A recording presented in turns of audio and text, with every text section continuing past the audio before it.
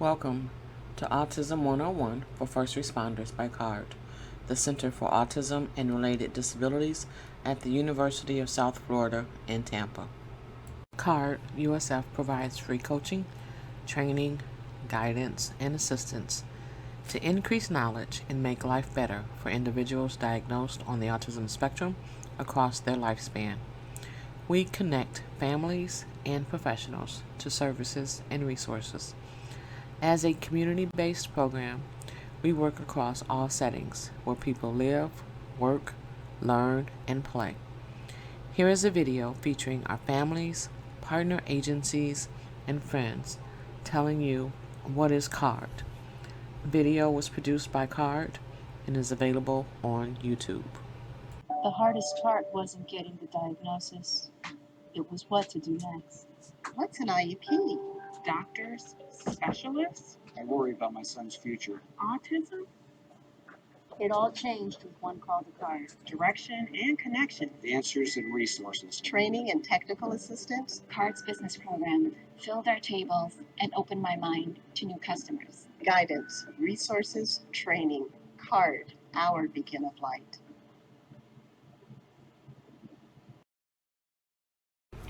What is autism spectrum disorder?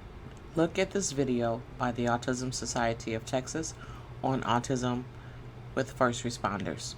Please note that as of the recording of this video, the prevalence rate of autism is 1 in 59.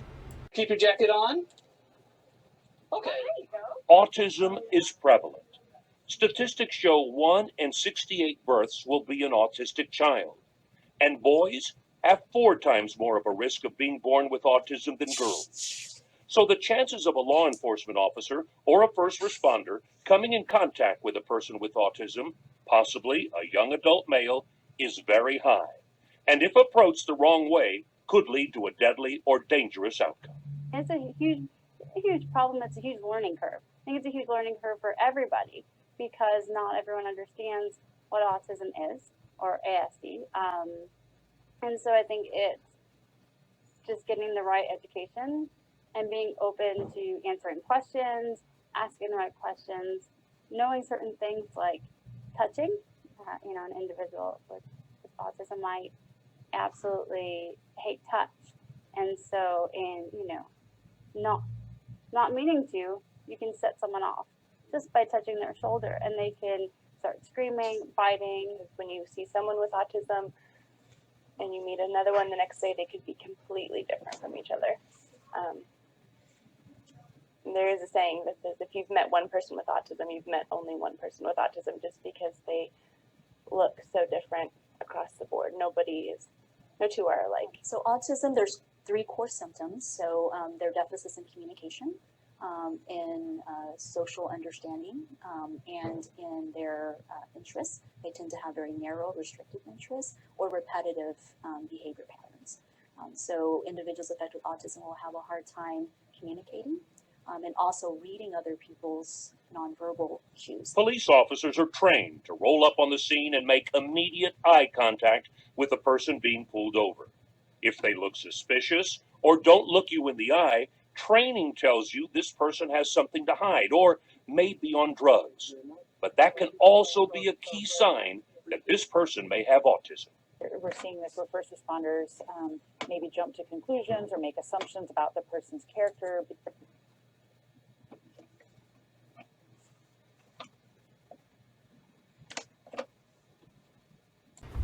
The CDC has been tracking the prevalence of autism spectrum disorder, and the current rate is 1 in 59. Furthermore, the male to female ratio is 4 to 1. So even though the overall prevalence is 1 in 59, it is actually 1 in 42 for boys. Autism spectrum disorder is the fastest growing developmental disability in the United States. There are many reasons to explain why prevalence estimates have increased from the 70s until recently. Reasons why the prevalence estimates have increased are: diagnostic criteria have been broadened to include a spectrum of symptoms, better screening and diagnostic tools are available, there is increased public awareness through the media, Schools are now counting autism because it was added as a separate category within the Individuals with Disabilities Education Act in 1991. There are more individuals diagnosed with mild autism who were undiagnosed before, and autism symptoms in a child may vary across settings and from one activity to another. What we know: autism is a complex brain disorder. There is no known cause or cure. It is a lifelong disability.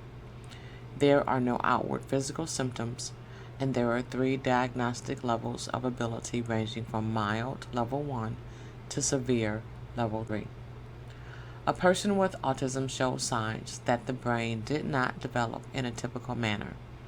The hemispheres of the brain lack connectivity that is required for neurotypical functioning.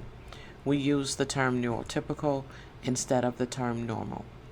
Because the different areas of the brain are not communicating, cognition, gross and fine motor development, sensory processing, and language are affected. There is no medical test like a blood test for autism. Evaluations are done based on observation and social history.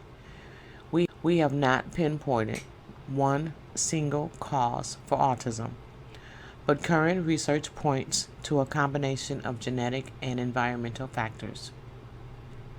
There has been much speculation in the media that vaccinations children receive during critical stages of early development play a role. This is not factual. We do know that research in this area is continuing, and many possible causes are being investigated. At CARD, we encourage anyone reading or hearing about the latest and greatest in autism research to be informed. There is a lot of conflicting information, and unfortunately, people are out to exploit desperate parents and caregivers for profit. Please ensure any theory or practice you subscribe to is scientific and evidence-based. We try to stay away from the word cure because it implies that autism is a disease, which it is not.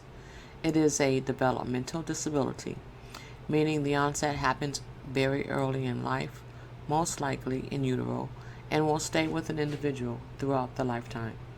Autism characteristics are usually noticeable by 2 years of age and include lack of eye contact, aversion to touch, delayed or non-existent vocal language, limited interest, inappropriate play with toys, and social disengagement. However, improvements can be seen with behavioral intervention, and outcomes are generally better with early identification. Autism is sometimes referred to as a hidden disability. When compared to children with overt physical disabilities, intellectual or developmental disabilities can lead to higher expectations. People do not understand why this child is not behaving appropriately and are less tolerant. Have you ever seen a child melt down in a store and thought that kid does not know how to behave? That is why autism awareness efforts and trainings, such as this one, are so important. Autism spectrum disorder is not a one-size-fits-all condition. Characteristics can range from mild to severe. There is a wide range of abilities, and the manner in which people with autism progress over time is unique and an individual process. The DSM-5 has broken the wide spectrum into 3 categories. Level 1, formerly Asperger's, high functioning, needing mild supports. Level 2, needing moderate supports. And level 3, severe and profound, needing intensive supports. There are many types of IQ tests that can measure cognitive ability. The results of these tests can be very misleading for people with autism because of language and communication differences and the potential difficulty of demonstrating their skills in stressful or unfamiliar situations. Because of these factors, response tests may not accurately reflect true intelligence. In fact, most higher functioning individuals on the spectrum are at or above grade level. There are 5 domain areas that are commonly affected in persons with autism. To be diagnosed with autism, a person will have at least 3 of these affected domain areas. Social impediments. These may range from difficulties discussing emotions, making friends, or sharing interests, to complete disinterest in other people. Communication difficulties. May have difficulties with verbal or nonverbal communication, may limit the ability to speak, understand, and use gestures or carry on a conversation. Communication deficits would mean a delay in or a total lack of development of spoken language. Many non-vocal individuals with autism rely on other methods of communication, like sign language or alternative and augmentative communication devices. In individuals with vocal speech, be a marked impairment in the ability to initiate or sustain conversation. They may talk at you instead of with you. There may also be difficulty in comprehension of speech. For instance, they tend to be literal thinkers and struggle to understand sarcasm and idioms. There may be echoed or stilted speech and or slower processing time. Intense focus and interest. They may have intense specific interests, sometimes to the exclusion of other tasks or needs. Their restricted or fixated interests are the stereotypic overt behaviors of autism, like hand flapping, spinning, lining up toys, and other self-stimulatory behaviors. It also includes restricted patterns of interest that are abnormal either in intensity or focus, or an apparent inflexible adherence to a specific non-functional routines or rituals. While these behaviors can be unusual, it is important to remember they are not scary. I like to compare it to tapping a pencil when I'm nervous, or shaking my leg under my desk while working on the computer. We all have calming or regulating behaviors we use when agitated or bored. These are coping mechanisms for maintaining equilibrium. Sensitivities may have unusual high or low sensitivities to environmental factors such as certain sounds, lights, temperatures, or physical sensations. Many individuals with autism may be sensitive to certain sensory stimulation. While each individual is different in this respect, many have difficulties in one or more areas of sensory modulation. They may process and respond to visual, auditory, or tactile information in different ways, or in ways that prevent them from processing sensory information in an integrated manner. This may make them over or under stimulated by sensory input. The amount of sensory stimulation they receive can cause distress or withdrawal. Examples: smell and taste. They may be sensitive to smells, textures, and tastes of different foods. Many individuals with autism have limited touch. There may be an aversion to touch or the opposite. They may crave deep pressure, commonly bothered by elastic on socks or clothing tags. Sound, buzzing equipment, loud, sudden noises like hand dryers or fire alarms. Sight, harsh, flickering lighting. Vestibular, balance and other occupational therapy related issues. Proprioception, body awareness in space, may not have a concept of personal space. And trouble recognizing and naming internal state of their body, such as hunger, thirst, pain, illness, too hot, too cold, etc. Routine and repetition. They may prefer sameness and strictly follow routines or ritualized patterns. They may have difficulty coping with changes or transitions. Deficits in these domains must be clearly evident during childhood for a diagnosis to be made. Further, it must cause clinically significant impairment in everyday functioning. Understanding sensitivities associated with individuals with autism. Individuals with autism can get sensory overloaded by sounds and lights out of fear.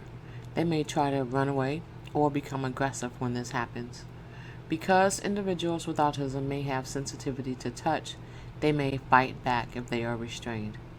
When an individual with autism is becoming overwhelmed, they may become physically restless or make sounds. Aggression during treatment.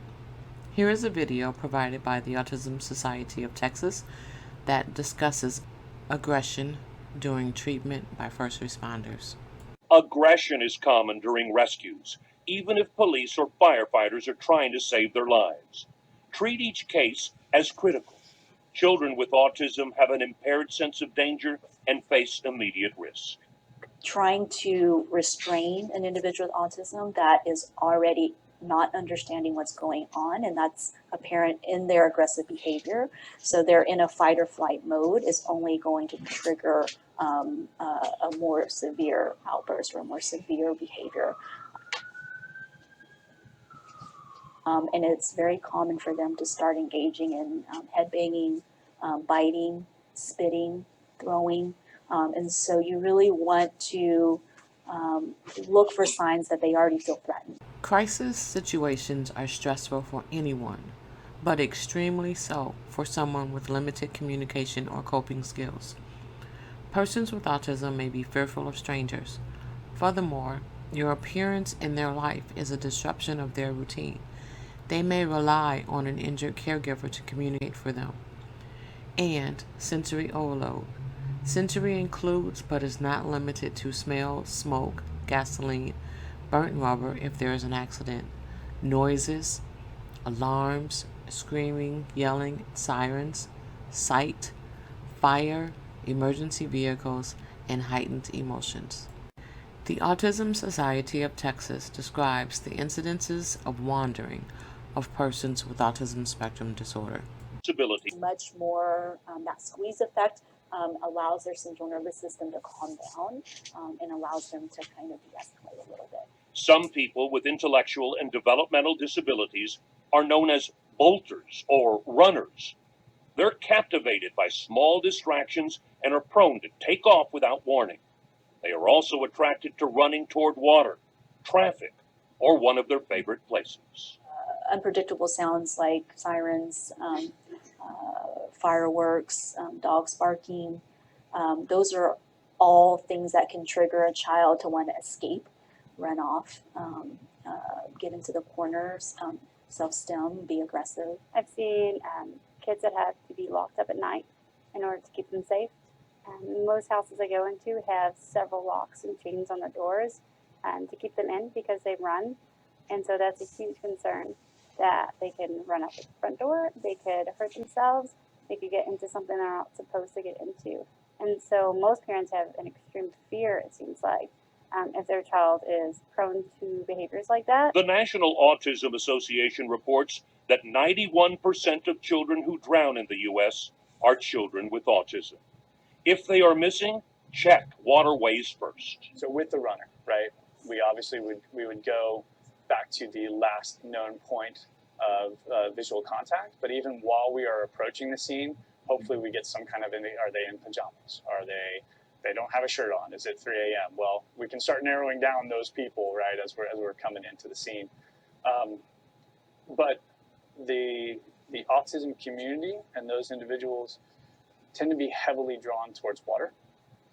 And so one of the big things that we want to make sure we cover is any backyard pools, jacuzzis, creeks, if there's a neighborhood lake, anything like that. We also want to make sure that those people that start searching that area are very aware of those waters. A fire emergency could be another unique challenge for individuals with autism who may retreat deeper into the burning home to avoid the noise of the smoke detector. Some run from firefighters trying to save them or refuse to leave the home because their senses are overloaded.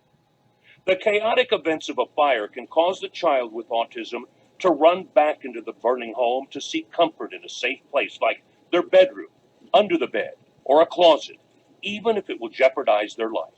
It's probably going to be a high heat, high smoke, very stressful environment. Our biggest priority is to just locate the people and get them out as soon as possible. We deal with this with also not only people with autism, but also young children, will be sometimes scared of firefighters.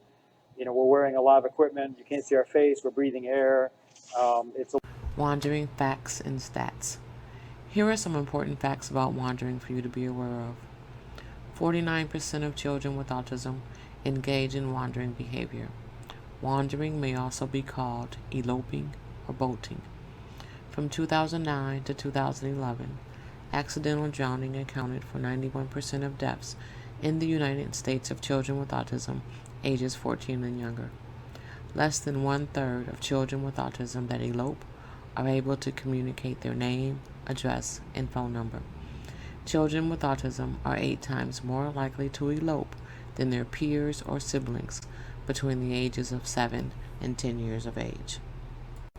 Wandering strategies for first responders. Search nearby sources of water, traffic, and train tracks. Other areas to search may include enclosed tight spaces, transit systems, favorite restaurants, parks, neighbors' homes, and other open areas such as fields or farms. Other dangers for persons with autism who wander include dehydration, heat stroke, hypothermia, traffic injuries, falls, physical restraint, and encounters with strangers. Use their favorite things to safely draw the child or adult with autism to safety. Use their tracking devices if they have safety net or Project Lifesaver bracelets. Initiate the emergency protocol. If they do not, recommend this to the caregiver. Additional wandering resources can be found https://National Autism Association.org/wandering-a-guide-4-first-responders/. 6 important tips to improve response time. Have readily available information about an individual with autism. Use technology tools such as tracking devices and reverse 911. Use alert systems such as endangered missing advisories, EMAs. Train on how to properly interact with a person who has autism. Listen to the caregiver for clues. They know the child best. Always search areas of immediate threat first, such as nearby water and busy roads. Additional wandering resources can be found at nationalautismassociation.org. Wandering and elopement strategies include using the Autism Elopement Alert Form. It's free and alerts the neighboring first responder agencies that you may have a person in your home with the potential to wander. Project Leo, Project Lifesaver, and other technologies can be used to help track individuals who may have wandered. Tips to give parents to prevent wandering: secure the home with locks on doors and windows. Have the person carry an ID. Have them dress in bright clothes. Fence around the home. Know your neighbors. Put stop signs on the doors. Increase their physical activity. Ensure a good night's sleep. Assess the cause of their wandering. And use tracking devices such as Project Leo or Safety Net. Interacting and treatment. Good job. You're doing great. Because, John, if we have to do it again, then you're going to be even sadder. Perfect. There, that's all I need. You want a Band-Aid? Sensory overload is common with individuals who have autism. Lights and sirens will be a big deal, particularly in the evening where lights are bright and they're reflecting off of everything. To them, that's like being on a battlefield. Hey, John, so these are seatbelts, right? You put on the seatbelt. Once they get John into the ambulance, they very carefully explain to him what they're going to do next to check his vital signs. Can I check your pulse? Can I touch your John, wrist? he needs his, yeah, give him your hand. Can I roll your sleeve up? I'm just gonna touch your wrist here. The EMS workers and firefighters in the Austin suburb of Round Rock are working with teens impacted with autism to see their reaction when being approached in what could be an emergency situation. It's a valuable learning experience for all those involved. When she has her seizures. First responders questions to ask caregivers. Ask about any dangers the person with autism may be attracted to, such as water, highways, train tracks. Send people to those places right away. Ask what the person with autism likes. They may be drawn to certain things like fire trucks, music, or a favorite character. Ask about their dislikes. Do they fear dogs, sirens, lights, shouting, aircraft? Ask if the person with autism will respond to his or her name when called. Ask how the person with autism communicates. Ask if the person has had any kind of interaction with law enforcement in the past and if it was positive or negative. Communication. Be as direct and concise as possible. Avoid idioms and random comments. Speak slowly and clearly. Allow for extra processing time. Minimize questioning if possible. Also be aware that some people with autism have a speech pattern called echolalia. They repeat noises and phrases that they hear. They may not be able to communicate effectively because they struggle to express their own thoughts. For example, someone with echolalia might only be able to repeat a question rather than answer it. As stress levels go up, the echolalia may increase. As you are talking to someone, try to see if you can figure out what their favorite object or topic is. You can use this as a calming strategy or distraction. You can use this object to help transition the person from one place to another or one activity to another. If the object is interfering with your ability to do your job, then you might be able to give them a different item to serve that same function, such as calming or distracting. And when they have completed what you need them to do, give them their preferred item back. Create a first-then scenario so they know what has to be done to get it back. For example, first you need to have a quiet voice, then you can play with this toy for 1 minute. Model appropriate tone and body language. Calm voice, slow breathing, hands low. Understand a person with autism may not make eye contact or respond to a demand. Lastly, be aware that what we say will be taken literally. Often there is confusion when words have one or more meanings, such as stretcher, or that we use have no practical way to be carried out, such as sit tight. I'll be back in a second. Try to be as clear as possible about what is happening and what is going to happen next. Understand a person with autism may not make eye contact or may not respond to a directive in a crisis situation. This is not necessarily non-compliant or defiant behavior. The person may be feeling overwhelmed and therefore unable to process info quickly and efficiently. Maybe exhibiting other signs of distress, such as pacing, stimming, hands over ears, etc. It is important to stay calm and be patient. Here is an example of a visual communication board.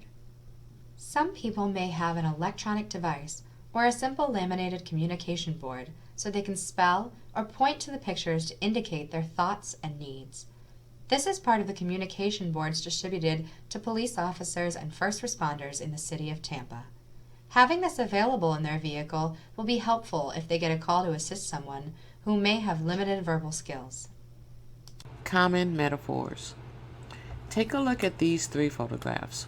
What metaphors do they represent? From left to right. Close quarters, raining cats and dogs, and eyes in the back of your head. Interventions for restricted and repetitive behavior. Attempt to determine the preferred item or topic. Topics of interest may be disturbing or unusual. Try not to respond. Avoid removing the item or discouraging vocalizations about the item or topic. Try to redirect with an alternate object or item. If the interest conflicts with the setting, try to clarify when and where they can access it. Use proximity control.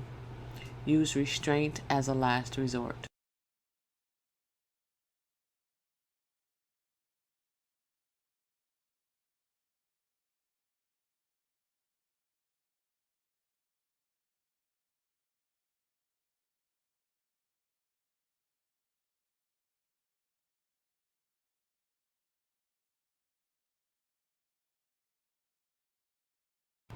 Recognizing autism for first responders can be difficult. This video explains the importance and how to recognize a person with autism in a crisis situation. It's difficult to recognize a person with autism right away. You have to spend at least 30 seconds with them. You can't just look at someone and say that person has autism, because they look just like you and me. It's all in mannerisms. It's negative eye contact.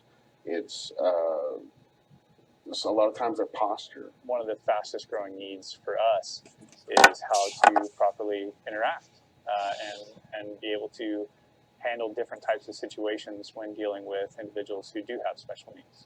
Hello. What are you guys doing here? We're with the fire department. My name is B. What's your name? Danielle. Danielle. Nice to meet you. Nice to meet you. Hey, wait a minute. We all have masks. For police officers and first responders, spotting the possible signs and symptoms of autism and being patient is very important. In this scenario, the Round Rock Fire Department is responding to a call about a seizure. My name is Dan, Fire Department. What's your name? He's nonverbal. He can't talk. All right. I mean, he can tell you. What's going on today? What's the problem? He may have had a seizure. John has autism and seizure disorder. He has trouble speaking, but fortunately on this call, he is with his mother. This is just going to squeeze your arm, okay? And this one's going to go on your finger. The medical professionals are very patient with John while they check his blood sugar. All right, on the count of 3, small little poke. Okay, 1, 2, 3. Hold on. No, they have to get the blood. So they have to we're get. not gonna. They have to It's get okay. the blood. It's They have okay. to get the blood out of there, John. Watch, That's watch, the whole watch. 1 point. second, real quick. You're doing a good job. You're doing great. Because John, if we have to do it again, then you're going to be even sadder. Perfect. There, that's all yeah. I need. You want a Band-Aid? How to approach an individual with autism. Approach an individual with autism in a calm manner, with only as many people as necessary to safely secure them. Too many people may make them anxious and fearful. Minimize touching or holding. Individuals with autism are often sensitive to touch. Observe the area to see if there are movies, books, electronics, or other items that may be of interest to them. These items can serve as calming mechanisms if they become overwhelmed. Physical assessment. Give prior warning about where and when you will be touching the individual. May be difficult to assess eye gaze and pupil dilation. They may display differences in gait and balance or incoherent speech patterns. They may have a higher tolerance for pain or be unable to tell you where it hurts.